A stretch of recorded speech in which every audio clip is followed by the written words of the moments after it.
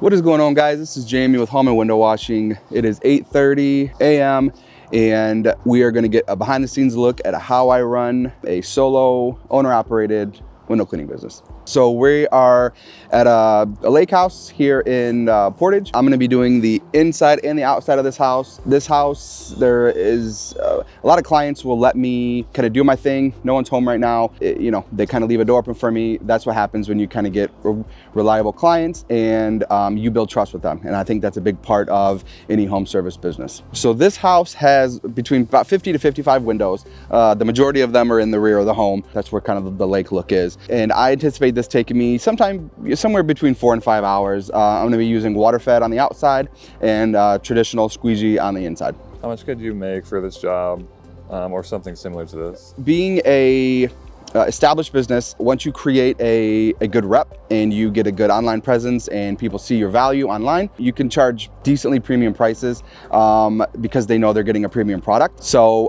this house, I am somewhere between like $600 and $650. I anticipate it taking anywhere between, like I said, 4 to 5 hours. If I was just starting and I was bidding this house, it'd probably be a little over half of that, right? Because I mean, you're just starting out, you want new clients, you want decent clients. I do a lot of lake houses. This is on a lake. You mentioned bidding. How did you get this client? So I've done several. This is kind of in like a private island drive type of neighborhood.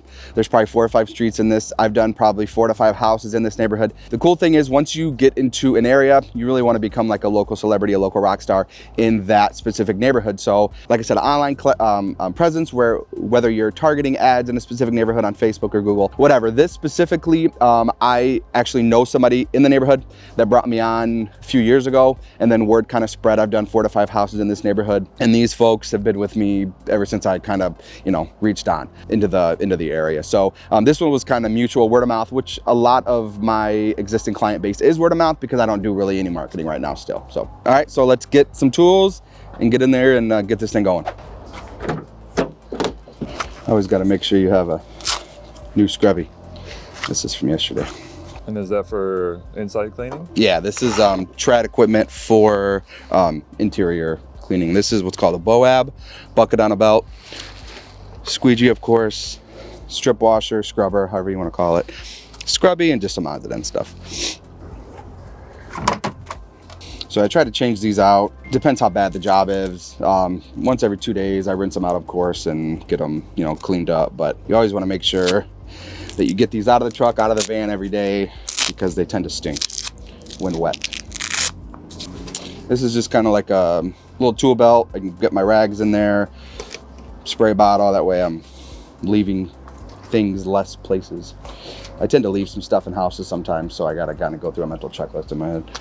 So they're calling you to come get your stuff back. Come back, come get your pole you left in the corner here, It happens, but that's why I'm trying to develop processes and things so when I start to scale, my employees won't have that same problem. So this is just kind of like a mixture of Dawn and some slip, Crazy Larry's or whatever that I kind of before I wet my scrubber.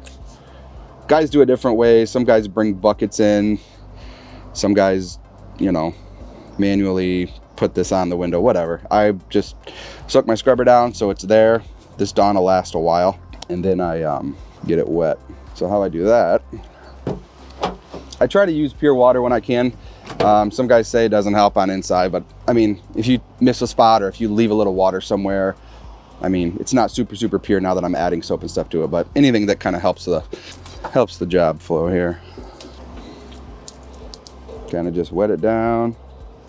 This is pure water that I have in my tanks. And just soak it down. This is big glass in there. A lot of it's really big panes of glass, so you're gonna need a lot of. So you have to go back and forth, like inside and outside? No. So what I do is I'll just soak this down, and then I'll fill this up. So at least I have the majority of the water in that. But when it gets kind of dry, I have a little spray bottle that I can. Now this is kind of little, but the bigger ones are a little cumbersome, and these are cheaper. So if they break, it's easy to go to the hardware store and grab one. But I just fill this up and just have it on me. I don't usually do massive panes of glass in residentials. I do primarily residential. I have gotten bigger commercial properties this year, but I mean, unless you're doing $500,000 homes. Most of the time you're dealing with double hungs, encasement windows, smaller panes of glass. So, but this one in particular has a little bit bigger. I always kind of bring a towel with me just to lay down in front of the windows when I'm squeegeeing, so you don't get any on the carpet. Also, booties, always protecting the client's property.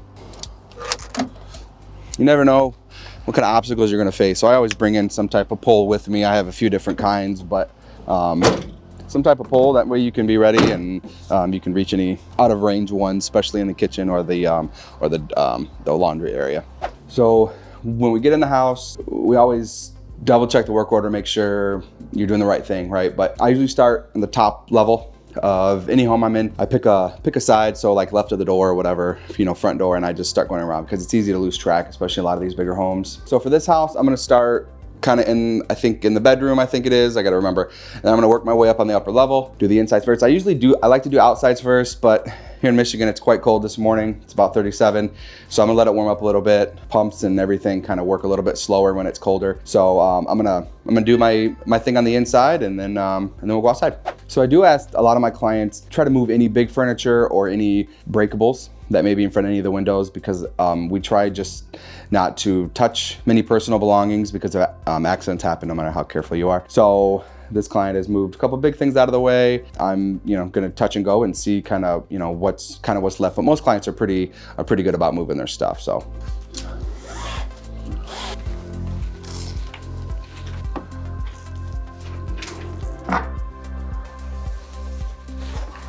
So when did you get started doing window washing? So I started this as a side business in 2018.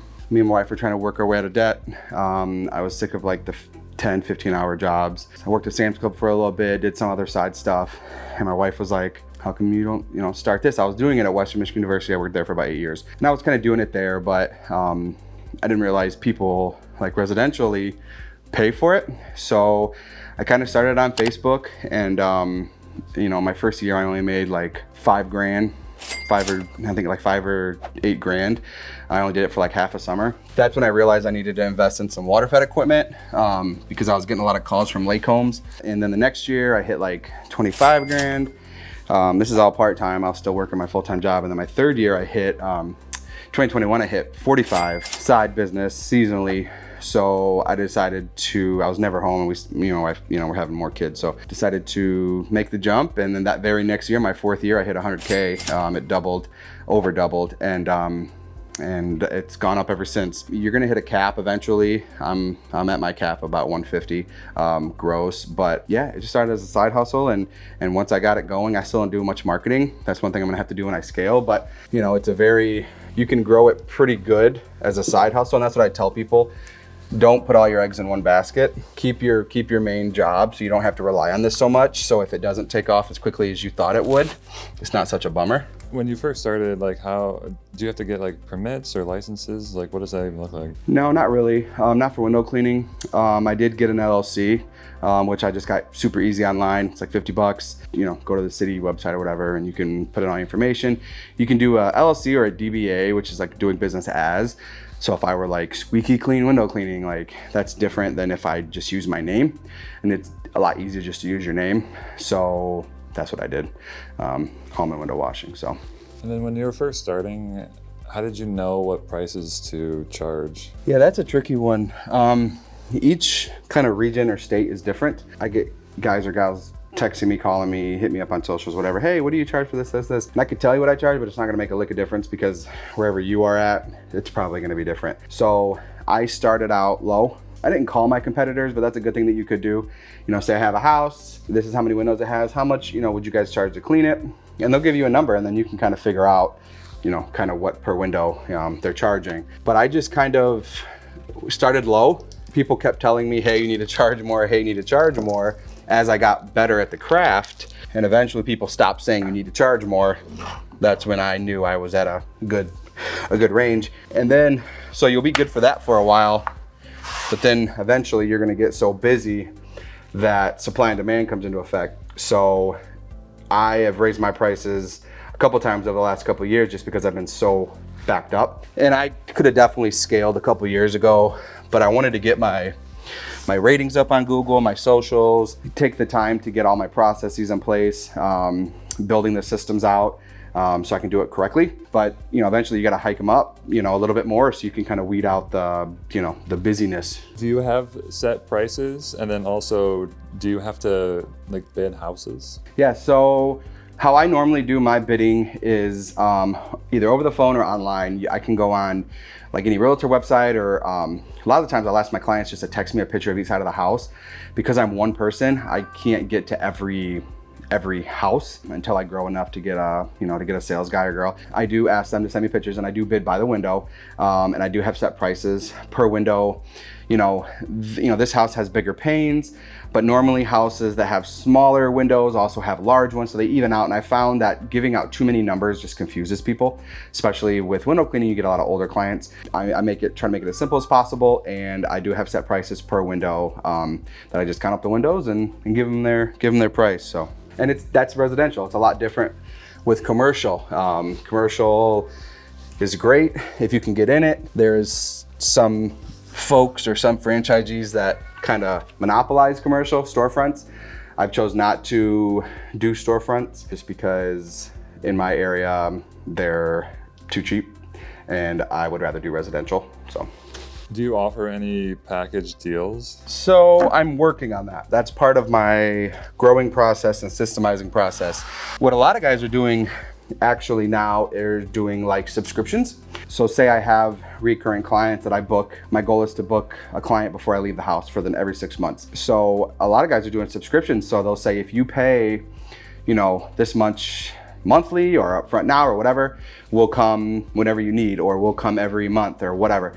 So that's kind of gaining popularity, kind of like pest control companies. The great thing about window cleaning is you don't have to wait for the glass to get dirty very long before you get called back. So you don't need a very big client base to succeed, as long as you do quality work. So package wise, I am looking at packages. Right now I don't have them in place, but I'm thinking about, gold, silver, bronze type, just easy packages like that. A lot of folks will do all or nothing. Like if someone were to call me, I do in and outs of the glass, track cleaning on double hungs, screens, all that jazz. A lot of guys will not do it unless they can do all of it because they charge such a premium for it. But I like to give options and let people pick and choose what they want. And I think my packages will reflect that. So starting day one, how much do you think you invested? And then to this point, how much do you think you invested back into the business? So day one, it was probably $300-400 just to get a lot of the trad tools, my squeegees, my scrubbers, a good bucket to, have everything in. So you can start off very, very basic and kind of get your feet wet, go to YouTube University, learn how to squeegee. I would definitely recommend that before diving into water fed. Yeah, probably a few $100s at first. And then as I invested in a water fed, it exponentially went higher. My first water fed kit was about $2,500. That was just a simple system, no pump, nothing else on there. And then I've upgraded my systems 2 to 3 times since then. And I've also upgraded my my vehicle 2 to 3 times since then too. So I also invested in another truck to prepare to scale next season. So I would say including the vehicles, well, not including the vehicles, just in equipment, I'm probably right now, I would say probably between 40 to 50,000 over the course of the last 5 years, right? Window cleaning is very easy to get stuff that you don't necessarily need or you don't use as often as you think you would, but it's all learning, and you're gonna find the right tools that you can use, that you prefer, and the distributors and manufacturers that you like. So, you definitely, it just takes time. I let my company grow organically. I never took out a loan, anything but for the vehicles, and it worked out very well. And I do recommend that way, to go about it. You don't need to go in debt to start this business. How often do you think you're purchasing new equipment? So early on, you definitely do it more often, right? Because you're learning on what you need, what you want. This year, I did invest in a new system. The cool thing about window cleaning is once you have your stuff, it lasts for a while as long as you take care of it. So your washers, your squeegees, other than your rubber, right? You got to replace that every day or every 2 days. But a lot of this stuff will last you for a very long time. So once you get the tools you like, other than trying out new tools that you may not know about, once you kind of get your stuff, you're set, as long as you take care of it. So how do you communicate with your customers? From the initial contact, a lot of folks find me either word of mouth or Google, because I don't do much advertising right now. Facebook used to be my primary, but the algorithm's gotten weird. People don't find me much on there. but they'll text me, they'll email me, they'll call me, leave voicemails. I can't answer my phone all the time, so I have, my voicemail says, leave me a message, I'll get back with you within 24 hours. And I try to. Most of the time I do. I'll do emails sometimes, 3 or 4 emails a year. I try not to spam folks. I hate that. I don't have any mass texts yet. Carriers are getting a little weird with texts and voicemails, honestly. Like, they'll tag my line as spam. And even people that, would answer the phone don't necessarily answer it. So yeah, text, email, voicemail is kind of how I communicate. Do you have certain times of the day where you're like talking to customers, or what does that look like? Yeah, so I usually will return calls when I get home. I usually work 6 to 7 hours, depending. The last couple of days I've worked 8, 9 hours, because I'm trying to get some projects done before winter hits here in Michigan. But I usually come home.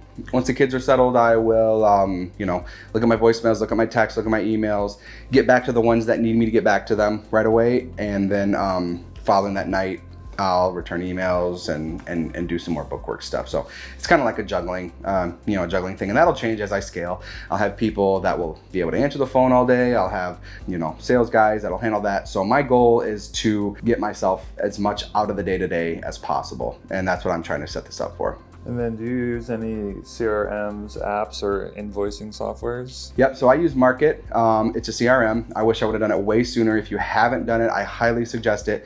I don't care what CRM you use. They're just fantastic. They streamline, they systemize, your business just a little bit more. All of my invoicing, all of my reviews that I ask for, I have more reviews than any window cleaning business in my area. I have about almost 160 5-star reviews, 1 4-star, but still 5-star ranked on Google. And a big part of that is because of my CRM, because once that invoice is paid, that iMarket is paid, an automatic request goes to the client, so I don't have to worry about it. And I can go into CRM all day long, but I just highly suggest you get a schedule, get everything kind of systemized on there, and it'll really push your systems forward. So you talked a little bit about already doing some of these homes before. How do you get reoccurring customers, and then what % do you think they are? Yeah, so ideally, I want my clients to return 100% of the time. It's not the case. I think of it like one thing in our business called like the dentist close. So before I leave the house, hey, every 6 months, it's good to get them. They ask me anyway, hey, how often do you come to homes? And I tell them, I do in and outs in the spring, outs in the fall. The interiors stay cleaner a little bit longer, but it's just like when you go to the dentist. Before you leave the dentist, you're already booking your next appointment. And that's kind of what we want in order to keep the flow going. And that's what makes window cleaning, I think, so scalable in regards. It's just like, lawn mowing, even pressure washing, you got a few more years in between. But I just try to get them booked for the next booking before I leave, and that's usually every 6 months. I do have clients that do it every month. I have clients that do it quarterly. It just depends on what their preference is. But before I lose touch with that client, even after they've paid, I say, hey, let's book again. I'll just flip the work order. My price is not going to change. I will, write you down for the same time next season. And, just doing that, 2025 is already booked in May, already booked in June, half of July. So each year it kind of builds like a snowball. So, and that's kind of the goal. Right now, I'm only probably, I'd say approaching 50%, but that's more on me, not on the client, because I'm getting pulled in so many different directions with the business, of family, that sometimes I forget, honestly. Sometimes I forget to even put them in. I've had clients like, yep, book me for the next season. And then I'm like, I get sidetracked, or, something comes up and I just totally forget. It happens. And, they're usually pretty understanding, and they'll approach me that they haven't got their ding on their phone, that they're scheduled within a couple days. So I would want it closer to 80%. I'm working on it. That 50% right now it's better than last season. So I'm getting better at it, but I probably have about 50,000 booked for 50 to 60,000 booked for next season. What has been one of your biggest projects for revenue? So this year was probably one of my biggest, this year I had the biggest project I've ever done. It took me about 4 days. It was Eaton Corporation in Galesburg, 4 stories. I think it was over 2,000 panes of glass, 2,500.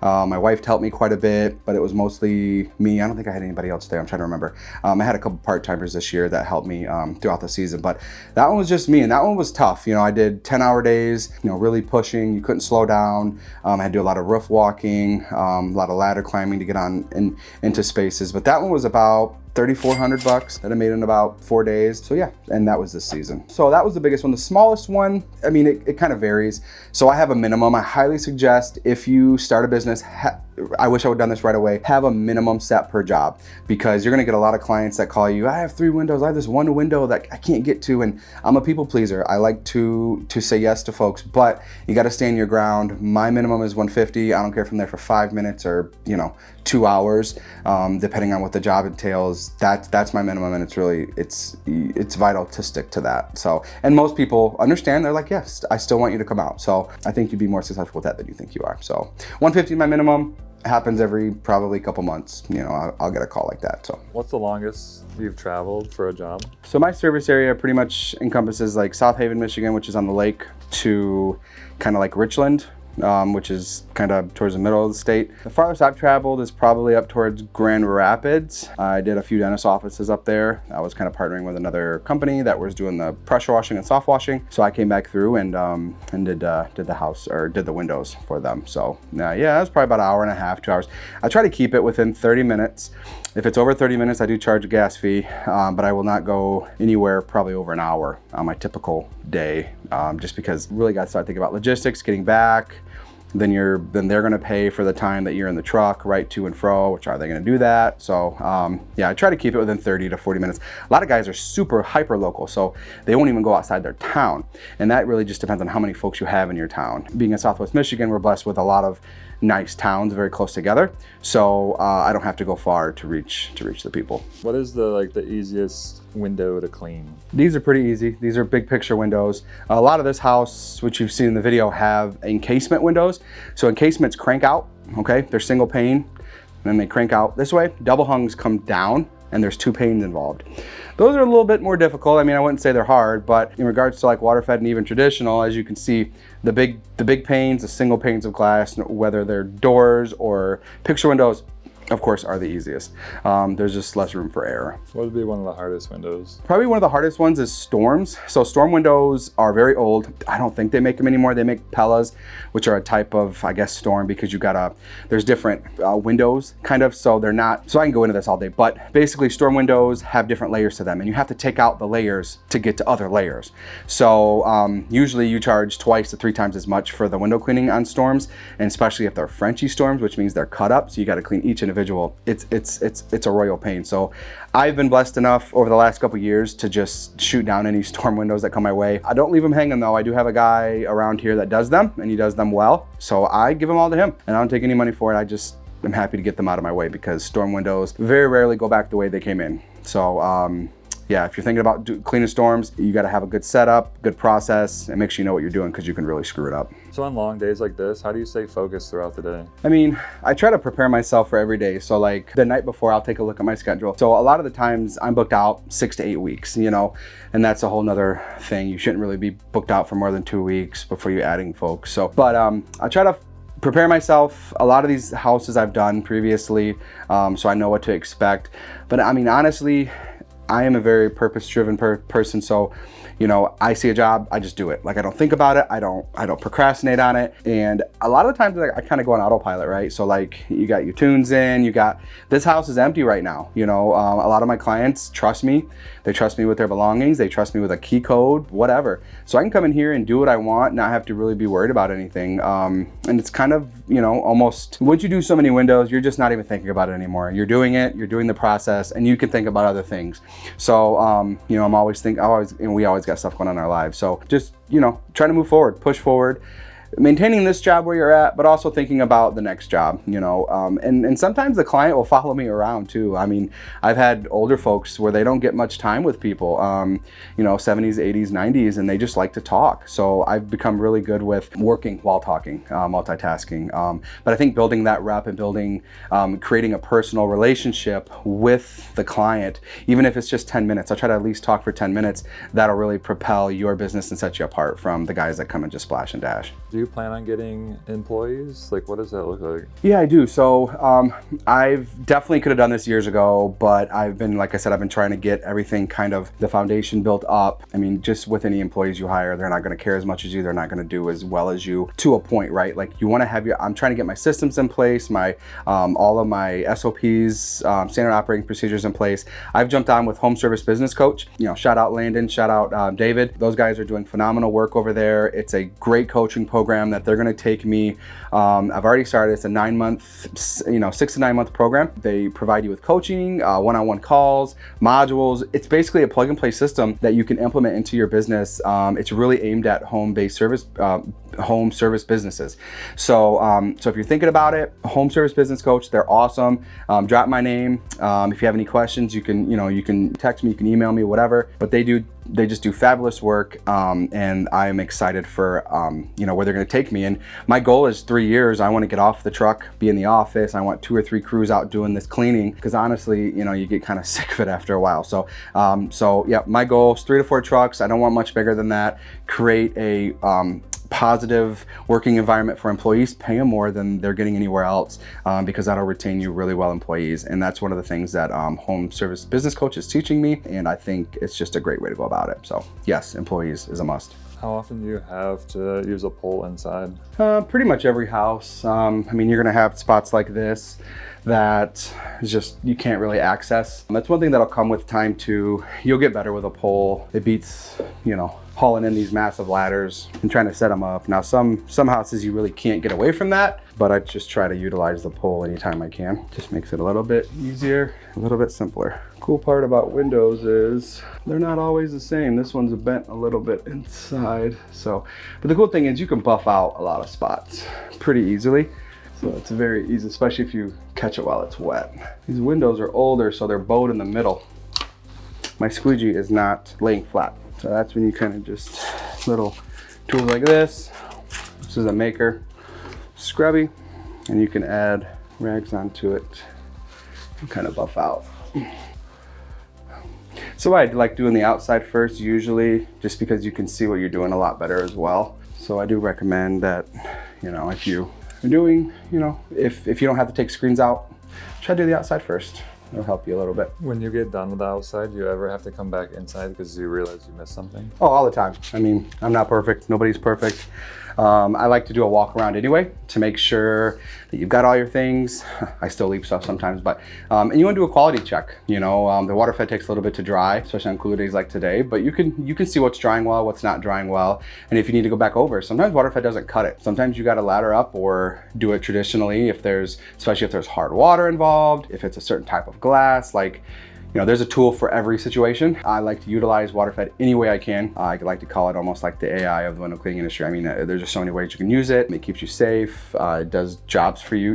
It does a lot of the cleaning. You literally can scrub a window, rinse it off, let it dry. You don't have to worry about smear marks. You don't have to worry about any of that, as long as you learn the techniques well. So, all right, guys. So we just finished up the inside. It took me about 2 hours. We're gonna go start the outside. I'm gonna use water fed. Always come back in, check your work. There's some stuff outside or inside that you may have missed. So make sure that you go around, do a quality control check when you're all done. But let's head out. So we're gonna hang out here and start the outside window cleaning process. And I do that via water fed, most cases.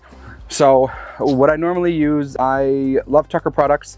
Tucker does a fantastic job with their equipment. So I had them make me a custom tank system. This is pretty much the most beast system that you can get water fed wise. This is a 5-stage RODI system. But what I normally do is I'll put this out, connect it. This took 5 years to accumulate. So you're not going to get this right away, but if you're looking to start a window cleaning business, water fed is a great investment. I would say after you learn the squeegee, try to learn the squeegee and go that route. But this is a 5-stage system. These systems comes in various different sizes, shapes, forms.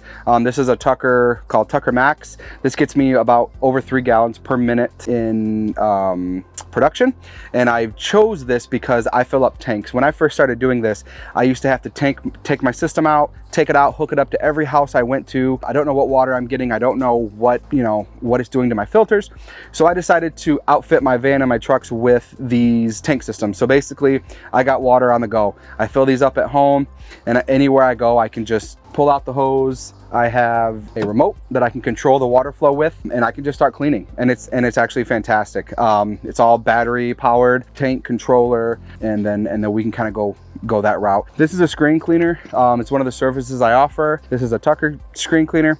Basically, you hook it up to a hose here, and water flows out of here, and you can clean the screens by placing them in between the bristles, and you can clean them just like this. And it saves you time, saves you energy. You don't have to do everything by hand, and it's a good time saver. So on any big jobs that I do bring this out. Multiple people can use this system. This produces enough water so I can have 2 or 3 people work out of this system at a time. It's a mobile system, so you can kind of hook it up anywhere. They have smaller single RO systems without the pump. This has a pump on it. It has dual ROs, a bigger DI, and a carbon and paper sediment filters. They do make ones that produce less, so maybe 1.5 gallons per minute. I would suggest maybe, I learned I needed a pump pretty quickly. So whatever you end up getting, try to get a pump with it. Little caveat here, I am a Tucker ambassador now. I love their stuff so much that I jumped on with them. So if you have any questions, anything that you may need, I can help you get set up. I can also save you money. So get at me with that. You just have to use the code Hallman Saves, and that'll save you 10% on any Tucker product on their website. So let's go to the back and I'll show you some other things. So I try to keep these as simple as I can. These pack out systems work well for organization. This is kind of like my everyday setup. I have a Maker tactical bag. I have a Maker Boab. It's called a silencer, works fantastic. This is clean towels, clean scrubbies. Here is just some odds and ends tools. In here, I just have a lot of, you accumulate some things over time. So just some odds and ends stuff. More odds and ends scrubbies. I'm a collector of them, I guess. But this is a really cool, so before I leave any house, I give them sticky notes, because you never know where they're gonna go, and a card.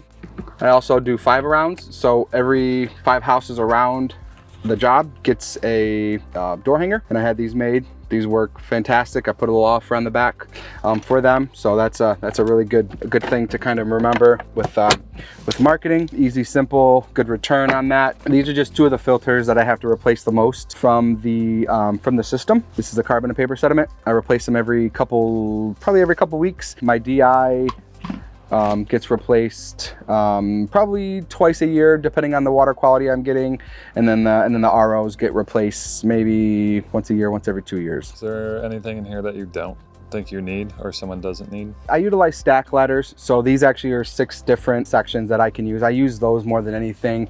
I mean, I definitely have extra scrubbies. I have extra scrubber, squeegees, everything pretty much has a purpose here. This is for vacuuming tracks, for track cleaning. I have tools and stuff in here to fix anything that I may need. Everything pretty much has a purpose.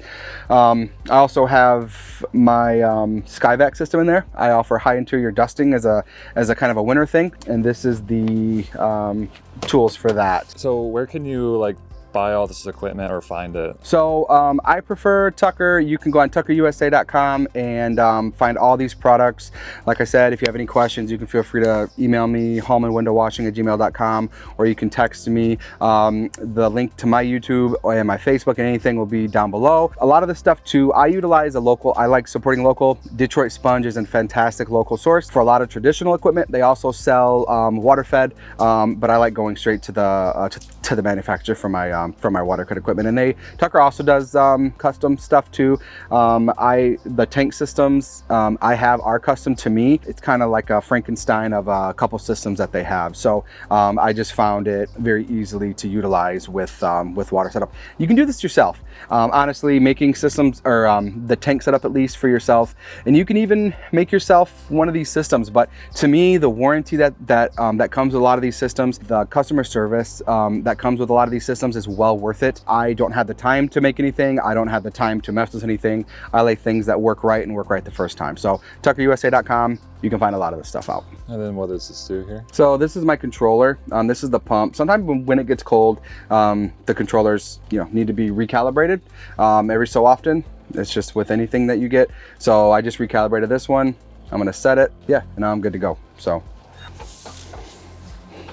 you always want to make sure you have enough hose to go around the house. I usually do about 150 feet of the lead hose, and then about 100 feet of the water fed hose, which is the smaller of these.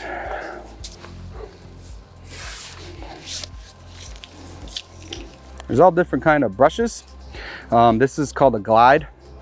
This is from Tucker. This is one of their newest brushes. They make nylon brushes, are not as abrasive. They don't have a good scrubbing power. They also have boar hair brushes. They have what's called taper tech. I mean, there's just so many different kind of brushes. So it just kind of depends on what you prefer. I have been testing out this for Tucker for a few months now and just absolutely love it.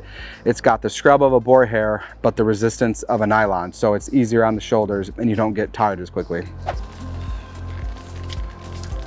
So we're about halfway through doing the outsides right now. I'm utilizing water fed, like I said. Water fed is basically, just to give you guys a quick rundown, it's using super purified water that I use my systems to purify, and it has, that Tucker system has a TDS meter, which is total dissolved solids in that. So I can test the water as it's coming out, and it has to be between 0 and 10 parts per million, how clean it is to clean a window.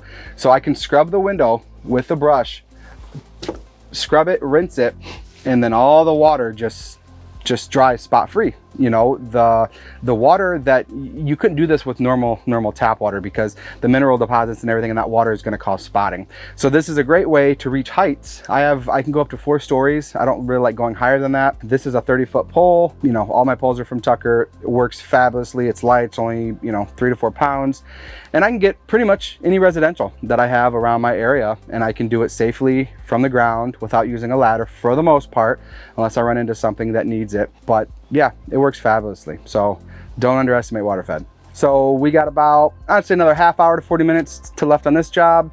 I'm gonna do a quick quality control check around, make sure everything's drying well, make sure the insides look good, and then no one's here, so I'm gonna lock up for them, and then we'll head out to our next job. Do you work every single day of the week? What does that look like? So I try to not work weekends, but I do work weekends. This year I actually hired kind of like a trial run, a couple part-time guys. One of them became my weekend warrior. So he, in the middle of the summer, took on a lot of my weekend jobs. I did the math, being in seasonal in Michigan, if I don't work at least some Saturdays, you know, you kind of miss out on a lot of revenue. So you're talking 10 to 15,000. So I decided, you know, I'm at least try to work, so I'm not going to overwork it. But, you know, I usually get 3 to 4 months off doing other things in the winter. So I get my time off. It's just all in one lump. So, but I'll have, but yeah, I work more weekends than I want to, for sure. And then on average, how many jobs are you doing per day? So I usually will do 2 to 3, depending on the size, sometimes 4. As you get closer to fall, you get a lot more exterior only cleans, which don't take as long. So you can maybe jump in 4 to 5. As long as I hit my daily goal of about, you know, $800 to $1,000 a day, I'm okay with if it's 1 job or if it's 4 jobs. Ideally, you want, you know, less jobs, so less travel and all that. But yeah, it just depends on the size of the job. All right, so we just finished up the outsides here. It has taken me roughly 3.5 hours, maybe 4. Everything went well. I'm about to go do my quality control check, and then we're gonna head over to the next job, which is the last job of the day. I have, it's just an exterior clean, super simple. It's a recurring client of mine. I do 2 to 3 times a year. So I'll see you over there. What is going on, guys? We're back. This is the second job of the day. This is just a quick exterior clean. Once again, utilizing water fed. This should not take me more than 30 to 35 minutes, about $200 job. So let's rock it out. So this is a good instance for water fed because anybody's been on a metal roof, they know how sketchy it can be. So I maintain these. So water fed works really well. I do these 2 to 3 times a year and they always come out really well. But you don't want to walk on a metal roof without the proper shoes, and I don't have any shoes for that, so I try to stay off the roofs. If someone got a job like this and they're first starting, what would you recommend doing? Unless you have some working capital, you know, if you just have a few $100, I would grab a squeegee. You know, there's kits you can go online. If you don't know how to start up, get a hold of me. I can send you the right direction, help you with the right links, get you set up with a good starter kit. And you can, I mean, this house in particular is not that tall, so you can, you know, aside from these 3 windows right here, get to all of it pretty easily. But yeah, I mean, I started on Facebook and word of mouth, and I still live off of word of mouth and Google. So I would, after you learn the squeegee, I would recommend getting into water fed as quick as you can, because This job by hand would take me probably an hour and a half to 2 hours, maybe even longer. But with water fed, it's going to take me probably 30 to 40 minutes. And time is money. So you gotta be very careful of power lines, because you can actually get an arc from the power line to these poles, okay? Tucker is doing extensive research and third-party research to help this yellow part not be as conducive. But there was a gentleman, not this year, that I think in the UK that made international headlines. He got electrocuted and got really, really hurt using water fed on a power line. So just make sure you know where you're putting it. Don't even get close to it. This one I've cleaned before. This is a cable line. I'm good here. But you know, you just have to be very, very, very careful on where you're putting these, and don't even approach a line if you don't know 100% that it's not a live wire. Even if it's a foot from it, it'll still arc and you'll be severely injured. Is there any like gloves that you could wear to protect yourself? Rubber gloves, rubber shoes, rubber boots will help ground you. There was a training course that Tucker just put on in Colorado. That's where they're based out of.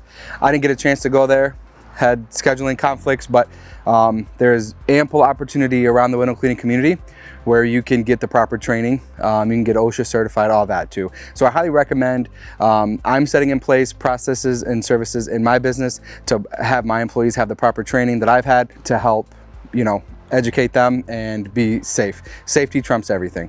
If you don't feel safe on a job, whether it's one specific window or the whole job, be very, very clear with the client, and setting expectations for the client is half the battle. So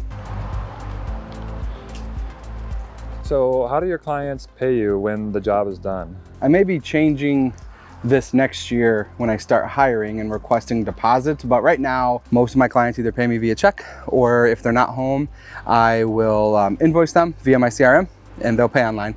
Super easy. A lot of folks will they like the points on their credit cards, even though there's a fee, but they like the points. I do. This particular client does Venmo. She'll just Venmo me, and I haven't upped her in a couple years, so it's, you know, it's the same price. So but yeah, I think next year when I start scaling, I'm going to request 25%, 30% deposit, no matter how far out you're scheduled. That it keeps payroll going, and just helps money fluctuate a little bit better. Do you ever get like cancellations? Yeah, so some, you know, out of the blue, I may end up implementing a cancellation policy as well, but right now I try to just be as flexible as I can. Rarely do I get, you know, previous day cancellations like for the next day, but you know, most people will give me at least a week, so I have a chance to fill in the gap. I mean, that doesn't happen very often. Most people are pretty considerate and you know, appreciate my work and me enough to let me know or just move forward. So how do you handle callbacks? Like what's that process look like? Everybody makes mistakes. Nobody's perfect, especially when you start hiring. So how I do it, and my advice to anyone dealing with this is own up to it.